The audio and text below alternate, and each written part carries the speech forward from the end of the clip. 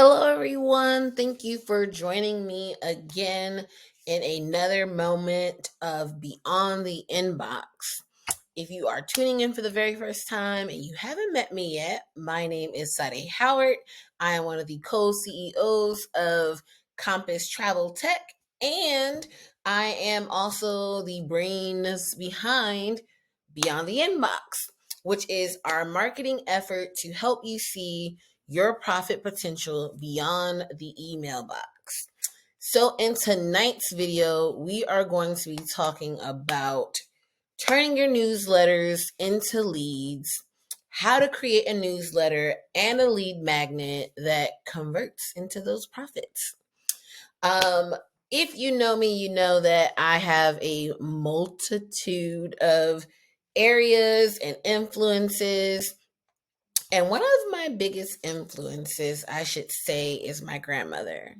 My grandmother always told me that there is more than one way to get the job done, and that whenever you think about a plan, make sure you have a plan A through Z. And in that teaching is how I kind of approach my newsletters and my lead magnets. I think it's very important to understand that your newsletter isn't just going to do one thing, right? It's basically like the octopus arm of your business and how you want to have those tentacles kind of moving around and operating. And those tentacles should go out and captivate and inspire potential clients to take action. So, what do you start with? Where do you start? How do you start? And how do you finish? We are going to start with the age old question of your topic.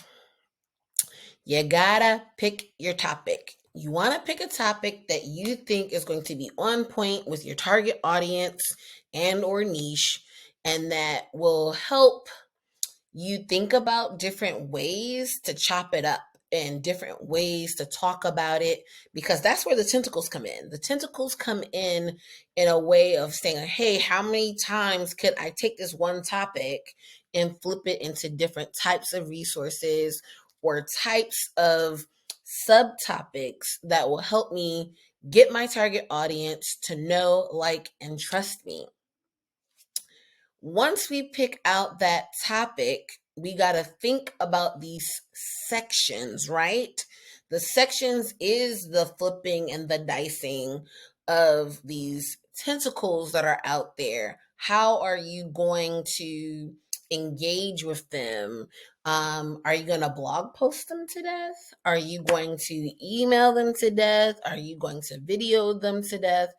Um, I would say no. I would say no. And because just like when you're in school and they tell you there's different types of learners, well, guess what? There's different types of clients, and you are the teacher. You have to teach them why your business is of value, why you are of value, why you should be the one that they trust when looking for help in this area.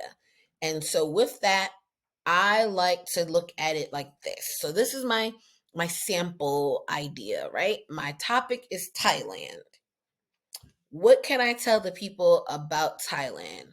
We can talk about travel trends. We can showcase a vendor in around Thailand.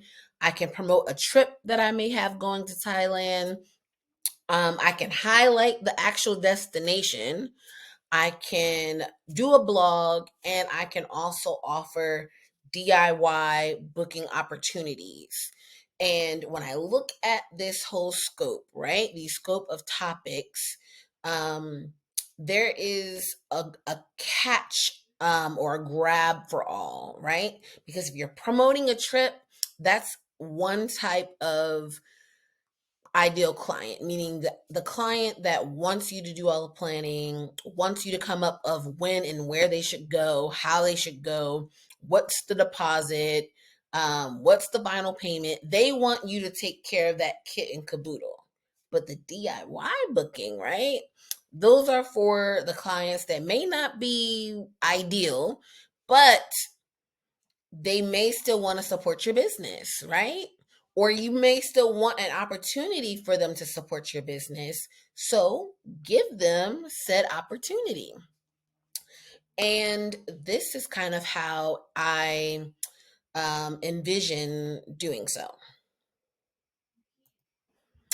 I envision doing these things through the use of my call to actions. Traditional newsletters would say you need to have one call to action on your newsletter. Well, I don't necessarily subscribe to that. I think that, like there are multiple types of learners and multiple types of clients, there are multiple types of interests. So I need to give multiple types of call to actions. It could be a book now. It could be check out my affiliate links, read my blog, subscribe to my YouTube channel, download this packing list. Those are all forms of call to actions within the travel space and within a multitude of other spaces too. But we're talking about travel here today. So this is a list, a short list, I should say, of call to actions that could be very, very beneficial to you. Um, think about where your ideal client is on this call to action list, meaning the if your ideal clients are on the luxury end and they don't want to have to kind of read anything in terms of long-winded items, then maybe a blog isn't for them. Maybe a video on YouTube is for them. If it's a book now, that means you're promoting to them. And maybe as a luxury client, they kind of already know where they want to go. They already know they're going to book with you. They're not interested in doing, say, a group trip. So they're looking for something a little bit more tailor made. That might not be the most beneficial call to action for someone like that. But if you're doing luxury groups, a book now or don't miss out, get it while you can, kind of call to action button may be perfect. So when we think about these call to actions, the next thing that we need to think about is, drum roll please, dun, da, da, da, how often to send it. How often should you be sending your newsletter? Now, again, I think that there are many opportunities for you to email your client, text your client, send videos, all these good things. So you want to make sure that you're not overwhelming with the exact same topic consistently. Well, I should say consistently, meaning don't send a newsletter every day. That's what your regular emails for your marketing emails. I would say sending a newsletter either every other week or once a week is perfect, but definitely at a minimum, send a newsletter once a month at the very, very least. Very, very least once a month. If you're getting kind of used to things and you're in the swing of it, try the bi-weekly. If you're really advantageous, try once a week. I think once a week is the best. So if we're looking at good, better, and best, good would be once a month. Better would be twice a month, and best would be once a week. I think that that is a perfect opportunity to kind of recap your week and what you're doing, or introduce your week and what you're doing.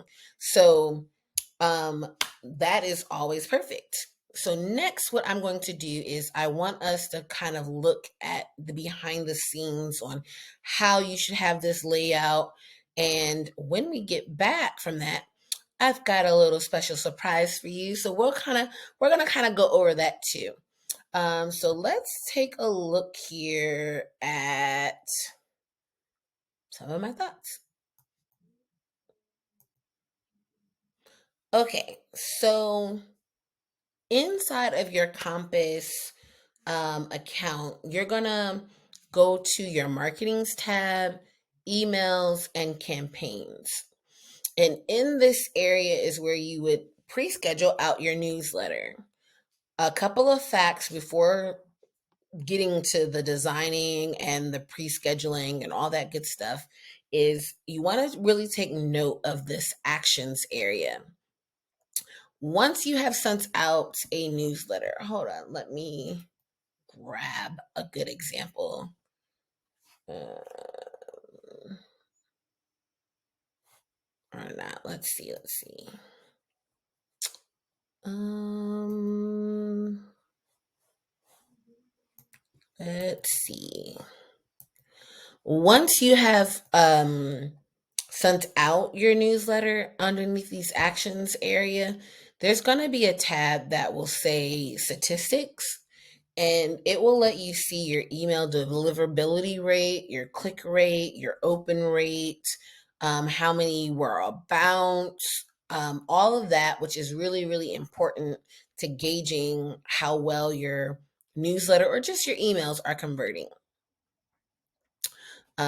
So we have that. Let's see.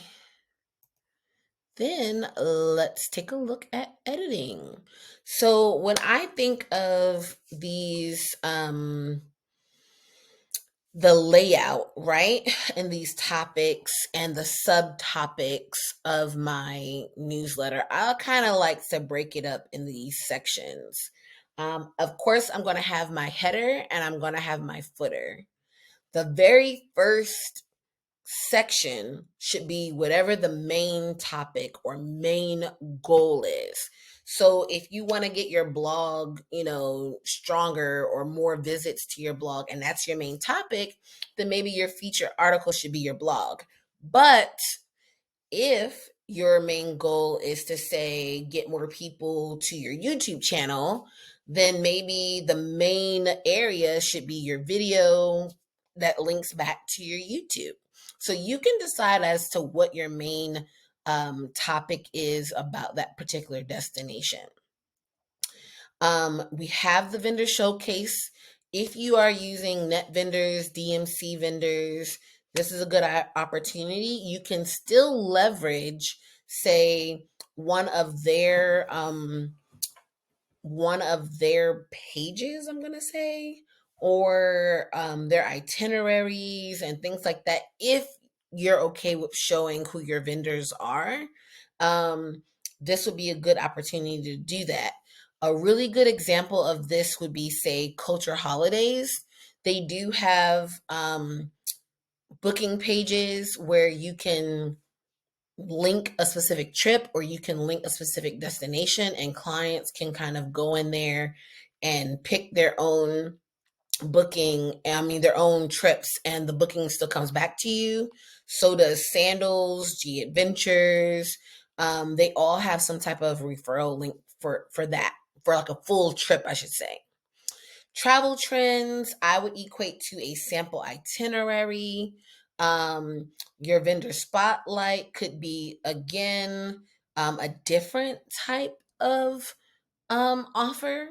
And then your destination spotlight should be travel trips or travel tips, or something that is inspiration, meaning it's inspiring your clients to say, wow, I could see myself on the beach over there, or I could see myself riding the elephants in Thailand.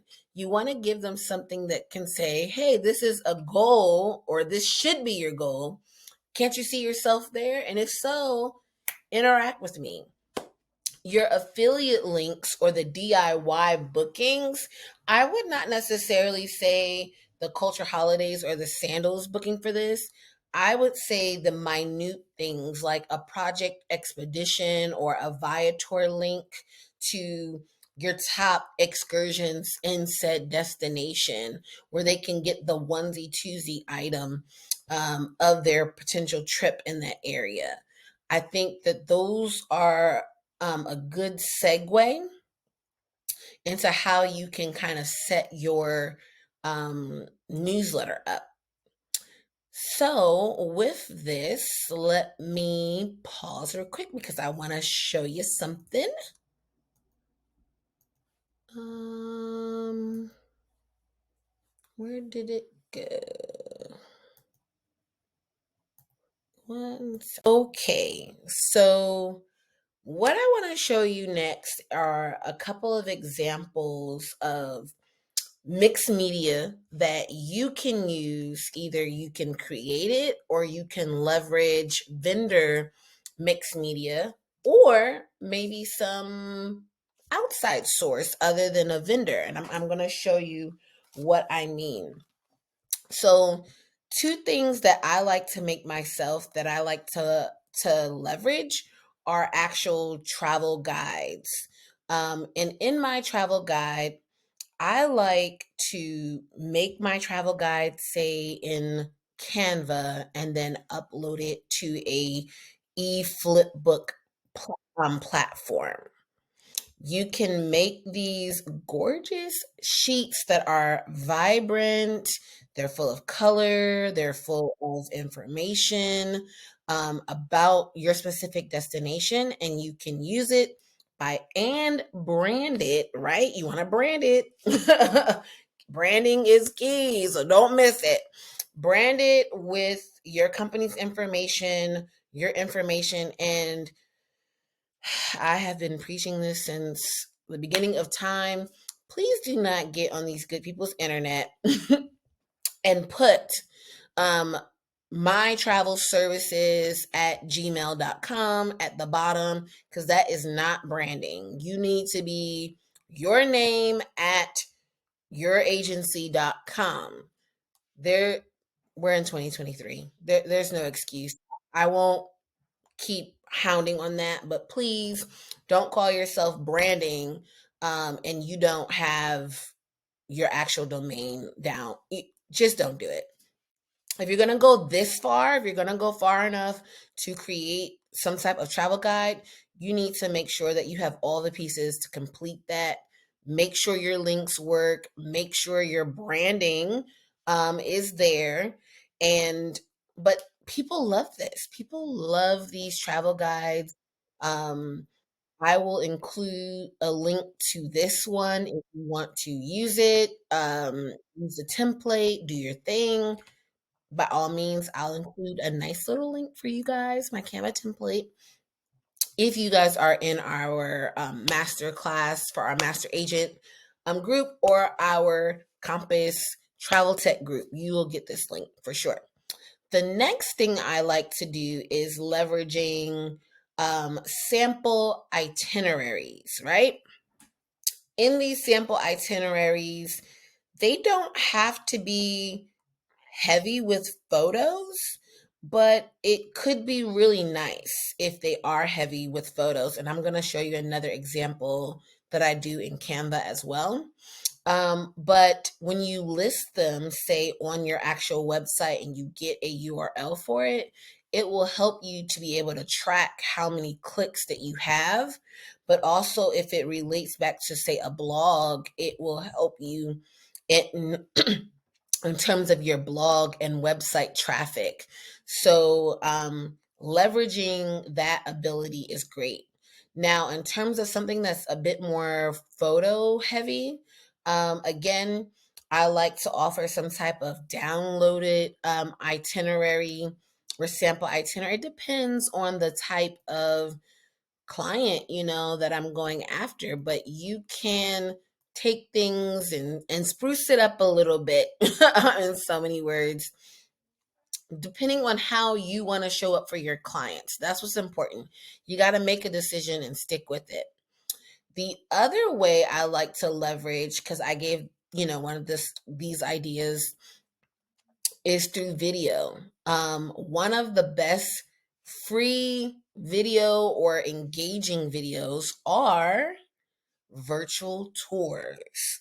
You can find a host of virtual tours to different cities or different attractions in certain countries by dun, dun, dun, dun, going to the tourism board. The tourism boards in some countries, or I should say a lot of countries, have a lot of wonderful, very interactive virtual tours where you could share these tours with your clients and let them know, like, hey, we're going to Thailand, and when we're there, we're going to stop at, the reclining Buddha, want to get an early peek of what it looks like and share with them the virtual tour. This is very vibrant. It's very engaging. Um, it's one thing to say, wow, this is pretty massive on the video, but could you imagine how you would feel standing next to this?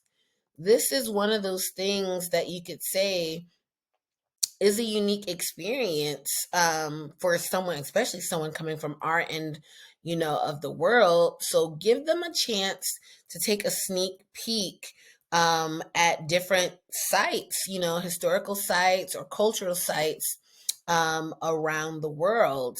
The other virtual tour that I really, really enjoy, especially for our cruisers, are the ones that we get from the cruise line.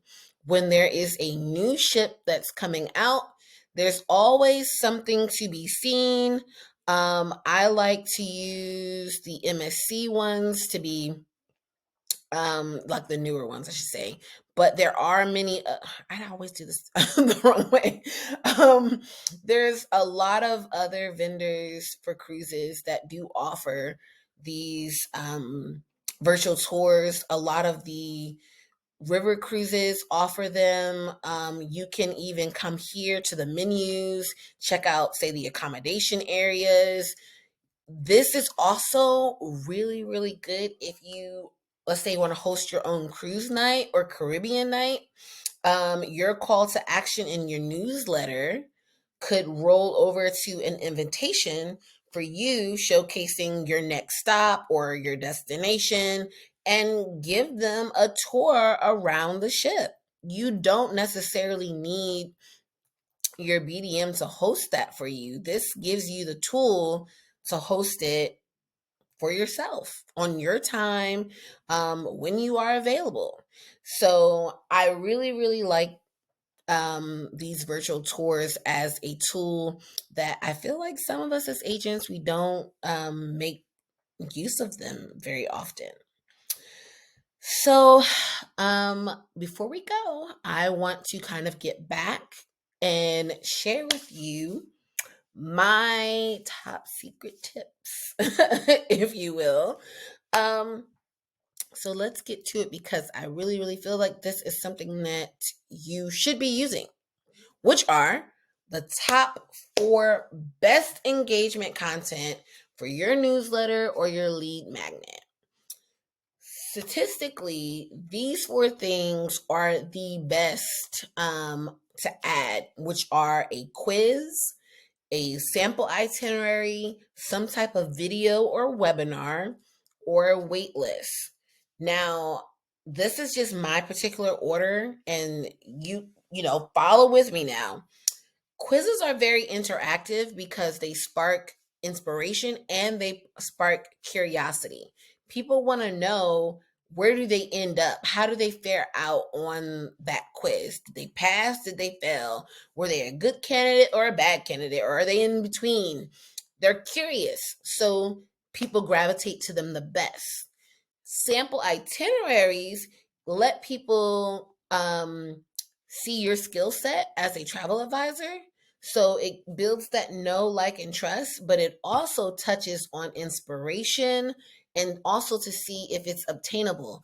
I personally don't like to use roundabout or sample, I should say, estimate prices, but you can use, say, short-term stays. Instead of giving them an itinerary for 15 days in Thailand, tell them how they can spend 7 days in Thailand, 5 days in Thailand. Not everybody has so much, let's say, PTO, for these longer, more adventurous places, but it doesn't mean that you can't tell them or show them, right, how they can spend and maximize the short amount of time that they have. Or they're going for a long period of time, show them how you can really wow them. Now, the videos, like I said before, I really, really, really love the virtual tours.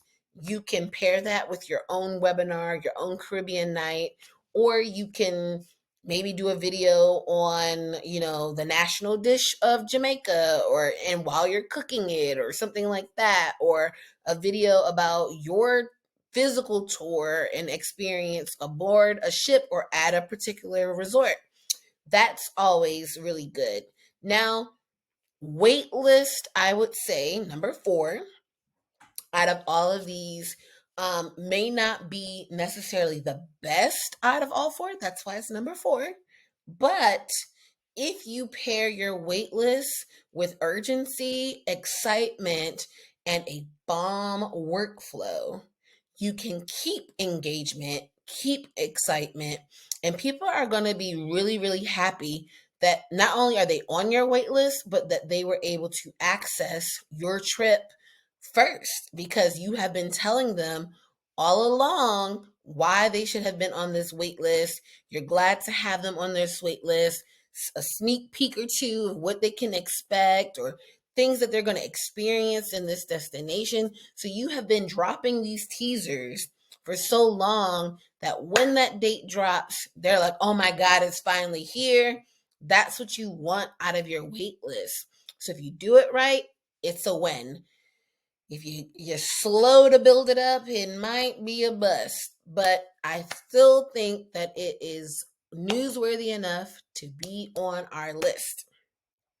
So I hope you guys are able to take this lesson on newsletters and lead magnets and get a better understanding as to how you too can apply it to your travel business and scale for those profits.